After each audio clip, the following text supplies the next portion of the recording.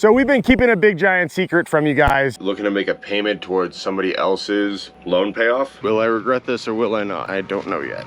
And I forced my way onto the bus on the side of the road. That's a swift kick. Right in the anus.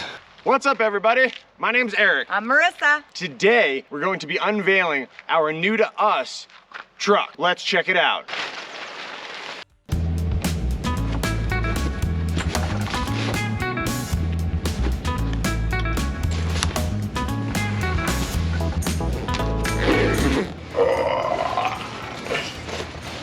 Oh my god. This thing is so heavy.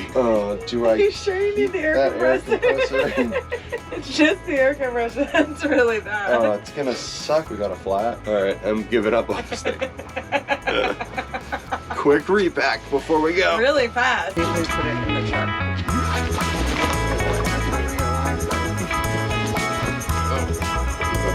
Here, go put that in the truck, and I'll take care of it. Will I regret this or will I not? I don't know yet. That thing was stupidly heavy. Here you go. Thanks, buddy. Yeah. Okay. Now I really gotta go. Love Family you. kisses. Mwah. Mwah. Bye, Floofy Cat. Good luck. Drive safe. Bye. Love you. So today we are on an adventure and a half. It involves 3 different forms of transportation. First one is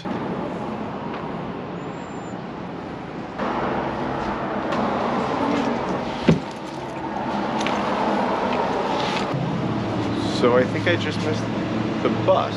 It stopped across the street, dropped someone off, and didn't look or try to acknowledge me. I was trying to put on a podcast. And I think I missed the bus. Oh boy. Well, I guess I gotta walk. Dude, I was so befuddled there before. Like, the bus stop is on the southbound side of the road. They drop someone off on the northbound side of the road and then just leave the guy with an obvious giant bag and just drive right by me. They were 2 minutes before 141, which 141 is like, the bus is supposed to show up every hour on the 41th minute of it. They were there at 139. I mean, was I paying attention enough? Probably not, but like, give a guy a beep. Now I think it was like 45-minute walk, 2.5 miles. Thank God it's flat. 2 miles from where I'm standing now, 39 minutes. Yippee.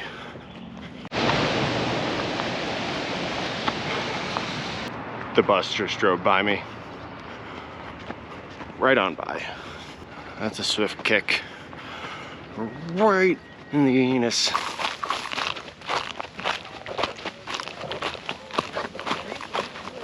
I knew I'd be getting a lot of steps in today, but I didn't expect to be getting an extra 2.5 miles worth of steps in here.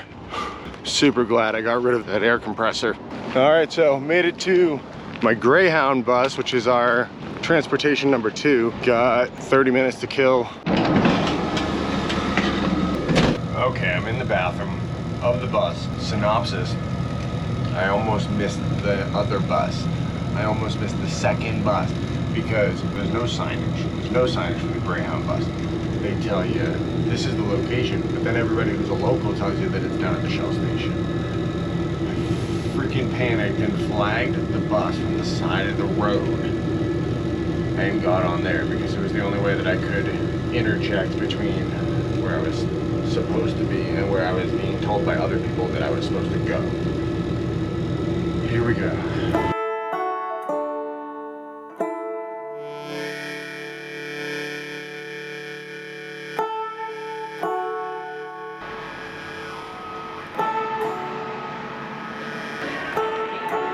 Alright, got a super simple boarding pass here. I'm gonna go through security and get to my gate. Airlines representative is needed in the baggage. All right, well, that was a terrible experience of a day. I finally made it. The only success of the day is in and out. Pick you up in the morning. Good morning. So let's talk about yesterday. So yesterday was a total and complete debacle. First, I missed the shuttle in McCall. Maybe I blew it by being a little bit over antsy and leaving. So maybe if I waited yesterday at that shuttle stop or bus stop in McCall, I wouldn't have had to walk the 2.5 miles, but did the walk anyway. And I finally get to the Greyhound bus stop. And unfortunately, when I start asking some of the locals, hey, is this a bus stop? There's no labels here, there's no signage, there's no nothing. And I start to get a whole bunch of misdirection. Go down another 1/2 mile to a different place. That's where the Greyhound picks you up. So I call Greyhound, I look on their website. They say to stay where I currently was. So I walked out into the street and kind of cornered the Greyhound bus coming from the direction that everybody else was telling me to go versus the direction I was at. And I forced my way onto the bus on the side of the road. Good morning. Good morning. Is there coffee? They open at 7. Okay, thanks. Travel's not what it used to be. Well, at least there's coffee here in the room. Hopefully this will improve my attitude. Oh, it's hot. It's hot, so hot. Ooh, too hot. Too hot, too hot. Once I got on the Greyhound bus, things were drastically smoother. Just sit on the bus and you end up at Boise Airport. Boise Airport to California, which is where we are today. But of course, once we land in California and we get back to using the term shuttle, the disappointments start to roll in again. So I'm waiting outside of LA Airport for the hotel shuttle that supposedly comes around every half hour. You wait in a certain designated area.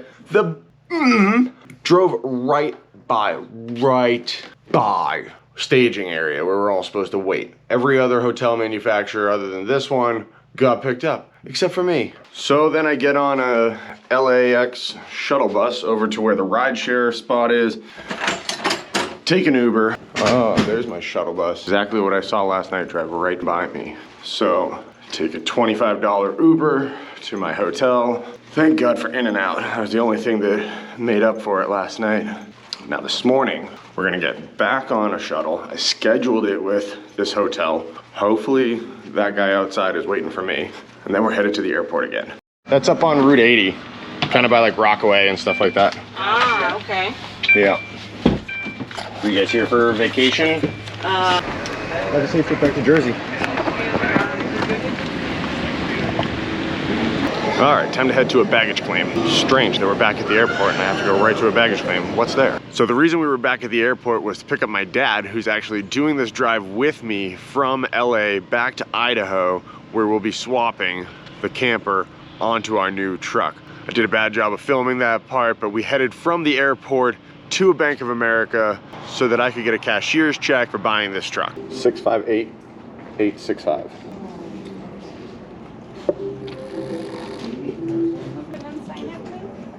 Okay. Awesome. That's it. Thank you so much. You too. There should be a meeting a guy to purchase a vehicle, and right by this address is a Kmart parking lot, which is where he asked to meet. I didn't have the Kmart parking lot, but it's right there next to it. All right, all right. Oh, and it's tinted windows. So we've been keeping a big giant secret from you guys. We've clearly needed an upgrade for a while. We've been beating the crap out of this truck. It's heavy as all get up. Let's check out what we got coming in to replace our 2015 Ram 3500.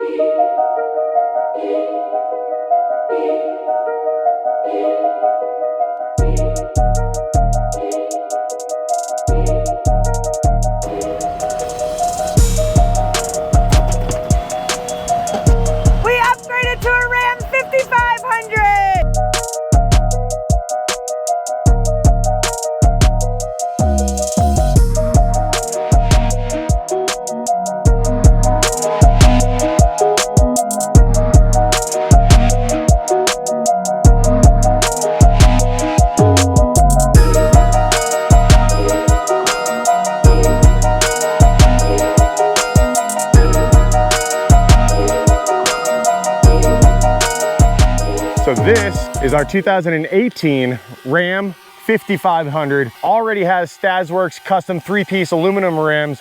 Already has Goodyear military tires on it, 40 inchers. And we've been using it for the last 2 weeks as our glorified commuter car around here in McCall.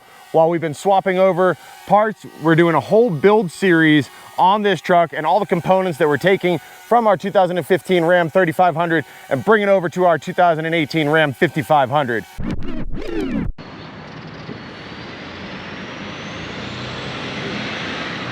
Hell yeah.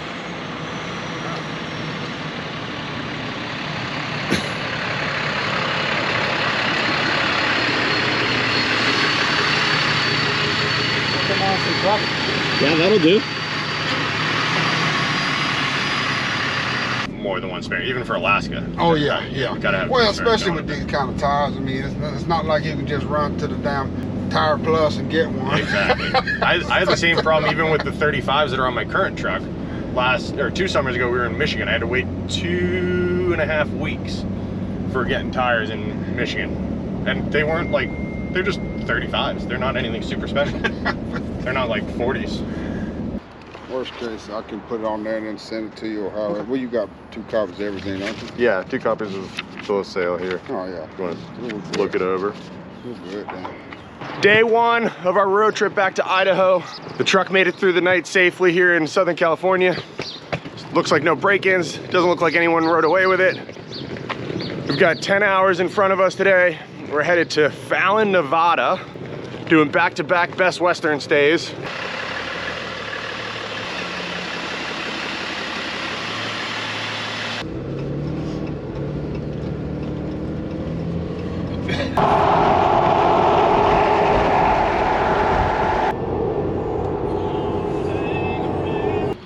First pit stop of the road trip here. Got the rig in the background looking fine. Gonna pick up some Starbucks, get some coffee, take a whiz, get back on the road.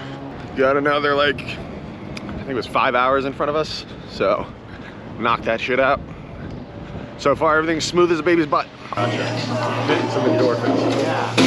Sam, an Americano. You want to take a shift driving? Yeah, happy to. All right. You don't have to. I mean, I like driving, but I don't know. I don't want to make you sit in the passenger seat and be bored either. Oh, I'm not bored. All right. If you're happy to drive, I mean, I will after a while. I would have been happy to do it out on the bigger highway. Yeah. No, I'm. Stop and go. I'll keep driving. I'll let you go.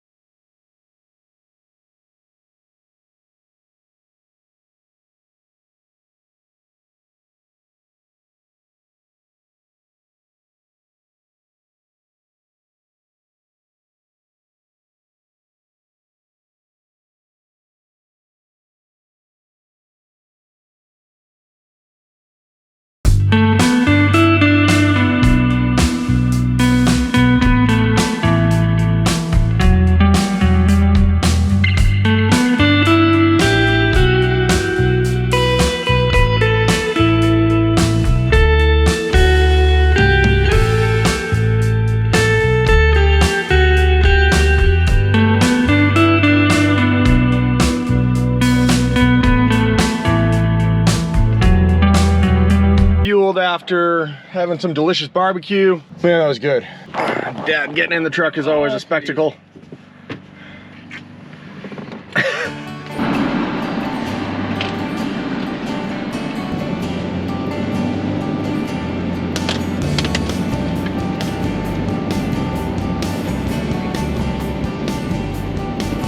Ancient Bristolian pine forest.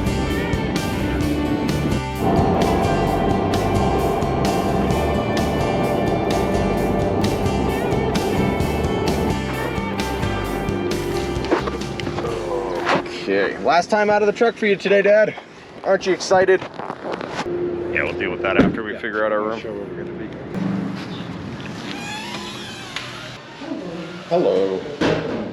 Reservations? Yes. Can I just grab one of your cookies? Absolutely. Thanks. You guys want some water or a snack?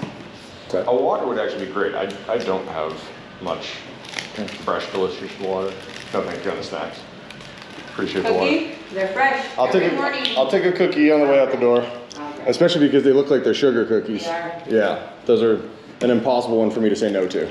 Good. That's your room number. That's the Wi-Fi password. Great. Thanks. You've been early though. 219. Close to our room number from last night. Yeah.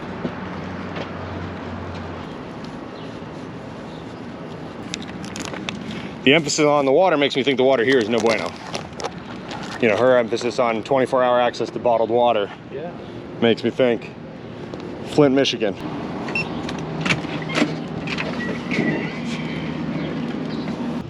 Welcome back to day 3 of the road trip back to Idaho.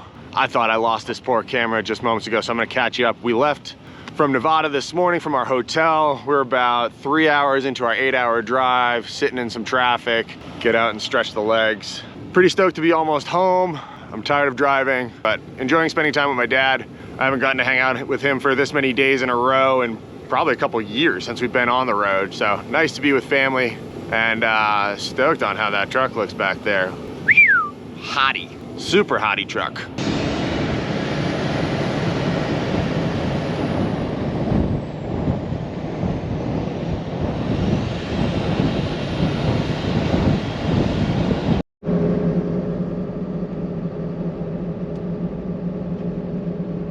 Another traffic stop here. They're doing a nice job repaving this road in Nevada, but slowing up production today on our timeline. Every time we're at a traffic stop, I'm trying to knock out some push-ups. The first one I didn't film it, but this time I got me doing some push-ups. Let's try and see if we can get 40 push-ups in at this traffic stop.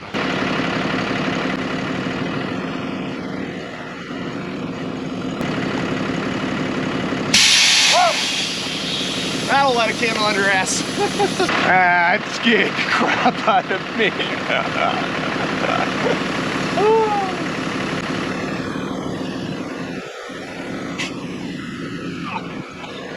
I think I got in a few bonus push-ups there after getting scared by the air brakes releasing.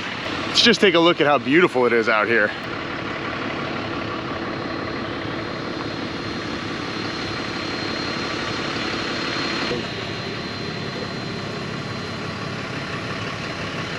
The new to me truck's been doing super well. We're getting like 14.5 miles a gallon, even on 40-inch tires. My trans temps are cooler than my current truck, so that's kind of interesting. And just chugging along here. I can't stop looking at it. Can't stop looking at how good it looks. See if Dad wants a reprieve from driving. You want to switch? Affirmative. Huh? Let's switch. Okay, switch it up. Let's see if this pans out. So, in 0.1 miles, turn right. got a scale. Let's go. Let's see what our weight is. All right, this is cool. We're gonna get a weight calculation on this big fat pig. Look at that, 6,000 pounds front axle. I'm feeling compelled to walk over to this sign for each one of these numbers so people actually believe me when I show these weights. I hope that shows up on the screen. All right, let's get the rear axle on there. This should really give me a good gauge because I've got a pretty decent idea of what like our camper weight is with all my tools and toolboxes and stuff, because I've rolled the old camper and rig over a scale before and I know just how heavy it is. So this should be a cool way to kind of understand what we're gonna end up with for a total weight when we put the camper on top of the bed of the truck here. So let's see. 4,800. I'm not walking back there if you don't believe me. 4,900. Well, I'm standing on the scale with my foot. So 6,000 and 4,800. Got 10,800 pounds. We've got about half a tank of fuel in here. One extra human being. That's not that far off of what my 3,500 weighs when I've rolled a scale without the camper on it. If I'm remembering correctly, I think the 3,500 was just about 10K when I used to use that truck for picking up boats for a living and I had to go over scales on a regular basis. So to only be like 900 pounds heavier, but I have an additional 5,000 pounds worth of carrying capacity, that's gonna make for a very legal and happy vehicle. That was good. That was good stuff.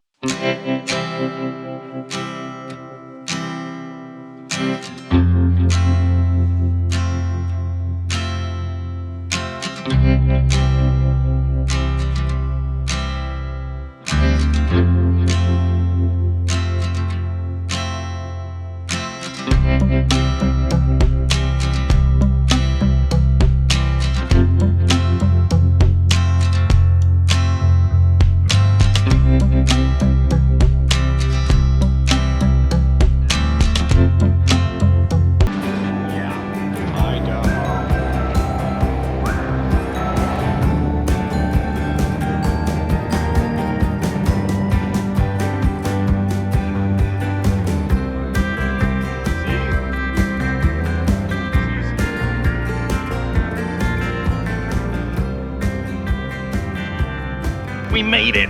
We made it back to McCall. Both ready to be out of this truck for a while. Gonna help Dad check into his Airbnb.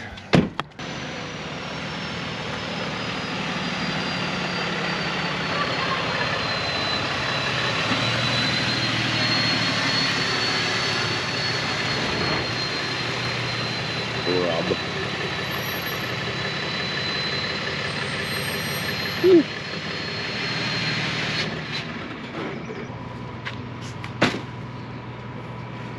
It looks just like our truck, but bigger. Hello, Marissa. Hi. Good to see you. Wow. It's huge. It is huge. Wow. Right at my same line As your my hips. jeans. Yeah, my hip. So now we've got this big, beautiful 5500 of ours. You can see we don't have the camper on it yet, but we're working on that. We're also working on transferring a whole bunch of parts over from our Ram 3500 onto our 5500. Some are already installed. Be sure to subscribe, follow us along on Instagram, TikTok, Facebook, because we're gonna have a whole bunch more details about this truck. We're gonna be doing a whole bunch more videos on not only the upgrades that we're doing to the 5500, but transferring the camper over to its new home, and then what we're gonna be doing with our 3500. But for now, thanks for tuning in. Thanks for watching this video. Peace.